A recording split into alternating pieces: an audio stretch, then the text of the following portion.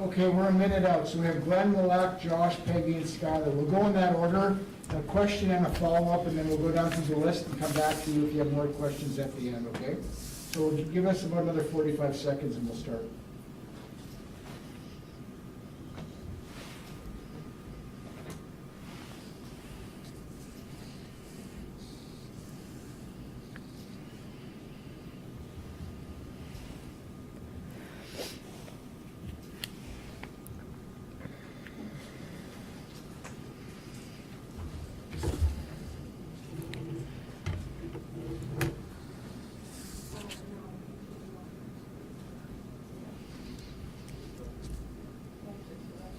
Danny?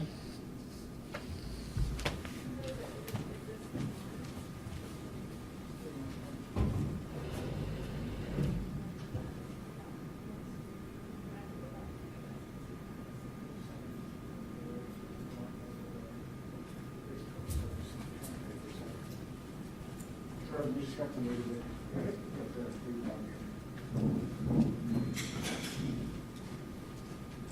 We just have a bit of a technical difficulty, you guys. It'll probably be about another minute or 90 seconds.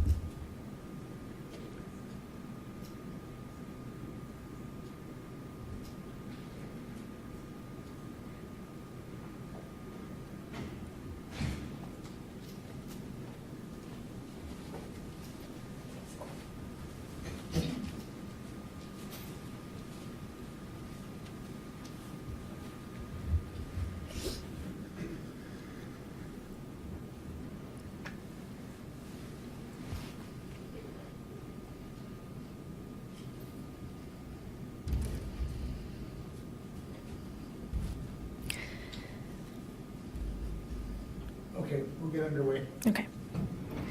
Good morning. I'm Constable Danny McKinnon, Winnipeg Police Service Public Information Officer.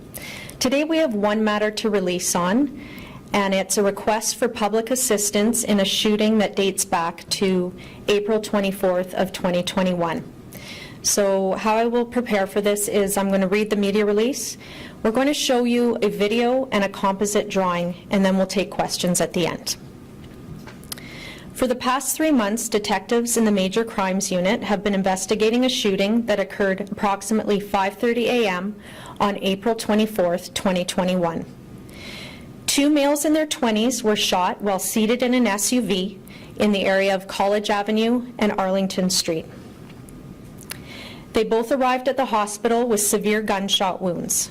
One of the victims was treated and subsequently released, while the other victim sustained severe life-altering injuries. The investigators are now releasing video surveillance of this incident, as well as a composite drawing of a suspect in this shooting. Police are requesting the public's assistance in identifying this suspect. Any information regarding the suspect's whereabouts before or after the shooting is considered very valuable. So we will scan over to the composite drawing. The suspect is described as a male in his late teens or early 20s. He has dark hair and a medium build and had a light-colored hoodie up on his head. This picture will be available, of course, on the Winnipeg Police website, as well as Facebook and Twitter feeds after this conference. Next, we will turn to the video, and I just want to provide a warning that it contains graphic content, including audible gunshot sounds. So for a frame of reference, before we play, this vehicle is facing eastbound on College Avenue.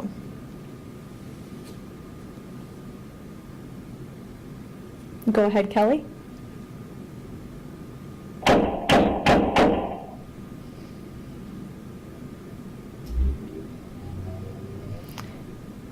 Okay, we'll watch that one more time. It is fairly quick.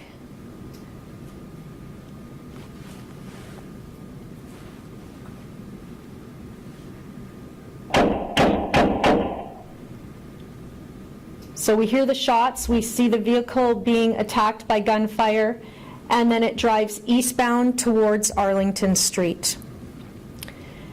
And I just want to clarify that the victims are inside of this vehicle, so the vehicle is not what we are looking to receive information on specifically. It is the person responsible for doing the shooting. So if we can go back to that composite drawing. The suspect, again, is described as a male. There we go. Described as a male in his late teens or early 20s, with dark hair, a medium build, and a light-colored hoodie was seen up over his head.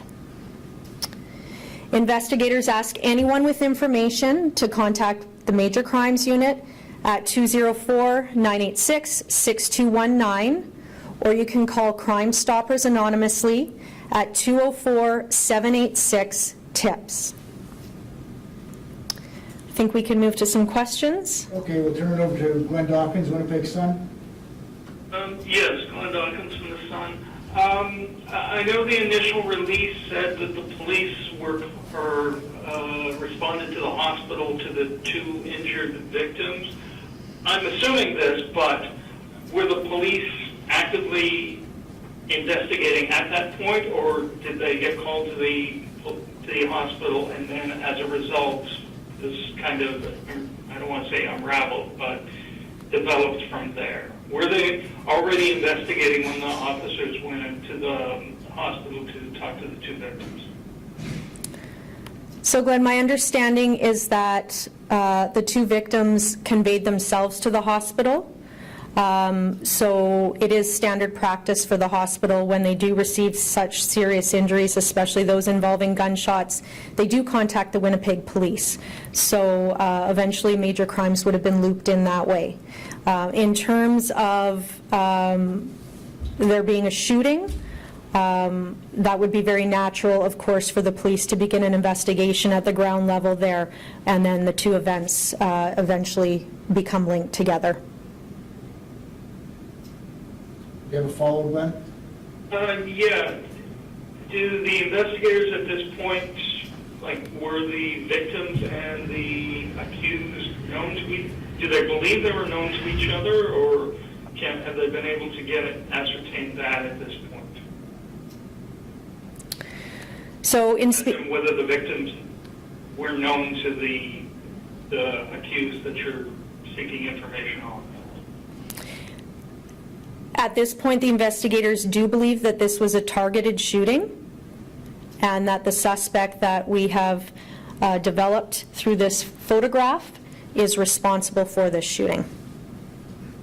Malak from the Free Press. Yeah, hi. Why release the footage and sketch now, 3 months later? So yes, Major Crimes has been working on this since April. Initially, we did ask for public assistance when this initial release came out about the shooting. It is my understanding that this information has just been pieced together. Major Crimes has actively been working on this, interviewing people over the course of this investigation, as well as tips had come in. So taking time to develop and work through those tips. And at this point, this composite drawing is available, and the investigators are asking for assistance from the public. Okay, and sort of a follow-up to that then, how was the description of the suspect obtained by the police? I was wondering if you could expand a little bit on whether it was through a person who was treated and released or through tips. No, for the integrity of the investigation, I can't provide that information, Malak. Josh from CTV. Hi, I'm Phil McKinnon. I'm just wondering, just sort of to expand on Malak's question, how how police believe releasing the video may be valuable to the investigation? Like, what should people be looking for in that video? It's pretty dark. Anything that you can expand on? It is pretty dark. It's in the early morning hours. It's 5:30 a.m. in April, so the light has not come up quite yet. The sun is not shining to illuminate the scene. However, as I mentioned, the suspect's whereabouts prior to the incident and immediately after are extremely important. So the likelihood of people in this neighborhood hearing the gunshots and being awakened and looking out windows, or perhaps if you're out walking your dog or having a cigarette on the porch, you may not realize it, but you may inadvertently have seen this suspect. So that's why we like to go over the details again and try and piece it all together. You have a I'm follow-up? not sure if you can elaborate any more. I'm just wondering if you can tell us like whether or not the shots were fired from, it looked like, from the passenger side of the vehicle. So the angle of the video does look that way. I don't have any further images to produce to the public at this time. We can't really clarify the exact position of the shooter. Peggy from CBC? Thanks, Constable. Was wondering if there's any indication that this is gang-related. So as I had mentioned before, this is not considered a random event. It looks like this was a targeted shooting. One suspect is believed to be involved in this shooting, and we're asking for the public's assistance to perhaps identify that suspect. And do you have any other details or, information about how the suspect, was able to escape or, went away from the scene? Was it strictly by foot, or, was there any other kind of linking to other vehicles in the area? I'm not able to provide that information to you right now. Skylar from CGOB? Hi, Constable. I'm just wondering, when you get into an investigation like this, and now you don't have a great description of the suspect, but you do have a start, and then you're asking for the public's assistance, how often does that lead to an arrest being made? That's a great question. It's not a regular practice to have the composite sketches done. There certainly have been successes done in the past, and I'm sure will continue to be done. That's a question, if you could email, we could provide you actually some statistics in success rates on composites. But I think when you think about the composite, you have to understand that in order for that drawing to be done, somebody has had to have had a really decent look at this person. So although we're saying the description's loose, it's actually not that loose. I mean, in order for this type of sketch to be generated, a great bit of detail has to be provided by a witness. And so we do have this description, we just have to identify this person. Right, okay, appreciate that. And then I guess on the same note, when you do release a composite like this, is there any concern that the suspect is obviously going to see the media disseminate the information and all that, and then change their appearance or maybe get out of town? Well, of course, and that's no different than when police release any kind of video or a still image. There is always that risk, of course. Glenn from The Sun?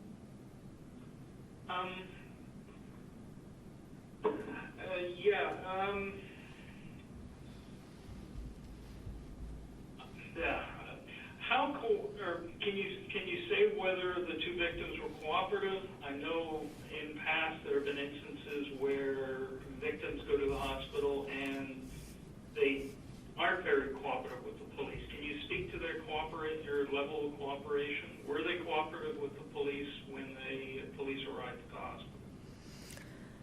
Well, yes, I would say the fact that investigators have progressed this investigation to this point would indicate that the victims were cooperative. Again, I want to note that one of the victims was treated and released shortly thereafter. However, the second victim did sustain life-altering injuries. So there may have been some time delay in which the investigators could sit down with this person and get a very thorough interview done. Malak from the Free Press. I think I'm good, thank you. Josh from CTV. Just a clarification, are the two victims from Winnipeg, and we believe that the suspect is from Winnipeg? To my knowledge, all three, yes, are residents of Winnipeg. Peggy from the CBC. What message would you have for the residents who live in that neighborhood in which this took place? Well, I mean, it's the same message to anybody, right? Call 911. If there are situations like this, safety's number one. So if you're hearing shots, you know, get to safety, whether that's a lower level of your home or the bathroom, bathtub. If you're in a vehicle, drive away. Call police. If you are in a safe position and you are able to document any portion of the incident, that can be very helpful down the road. And again, you could always call 911. You can call the Major Crimes Unit at 204-986-6219, or of course, use the anonymous tip line, 786-TIPS. Skylar from CGOB. Yeah, Constable McKinnon, just one more for me. Are you able to provide a description of the second victim's injuries? No, I can't. Beyond saying that they're severe and life-altering, that's a privacy issue that I can't expand on. Are there any more questions, any final questions from anyone? I have one more question, sorry. So can you tell us a little bit about how this surveillance video was obtained? No, I mentioned that a little bit earlier. I think this really just speaks to technology and how it's expanded, not only to have the visual aspect, but also the audio, as we heard in the gunshots. Not only are businesses utilizing surveillance, but numerous residents are. I mean, whether it's the doorbell cameras that can be accessed on phones or just the house surveillance. Was it given to you by a resident in the area? So for the integrity of the investigation, I can't say who or how this was obtained, no. Okay, thank you. Any more questions? All right, hearing none, thanks for calling in today. Have a great day. Thank you. Thank you.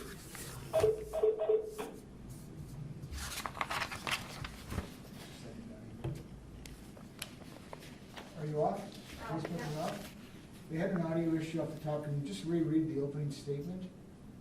So they have it. Jordan's audio went out. We're not rolling on Facebook, correct? No, we're off. Okay, good. So Oh, this is just for the... this is just for the media. Oh, sure. We are... Okay. Reread the opening statement. For the past 3 months, detectives in the Major Crime Unit have been investigating a shooting that occurred at approximately 5:30 a.m. on April 24th, 2021. 2 males in their 20s were shot while seated in an SUV in the area of College Avenue and Arlington Street. They both arrived at the hospital with serious gunshot wounds. One of the victims was treated and subsequently released, while the other victim sustained serious life-altering injuries. The investigators are now releasing video surveillance of this incident, along with a composite drawing of a male suspect in this shooting. Police are now requesting the public's assistance in identifying this subject. Any information regarding the suspect's whereabouts before or after the shooting are considered very valuable. The suspect is described as a male in his late teens or early 20s with dark hair, a medium build, and was wearing a light colored hoodie up over his head. Good. All right, thank you very much for coming out, Jody. Thank you.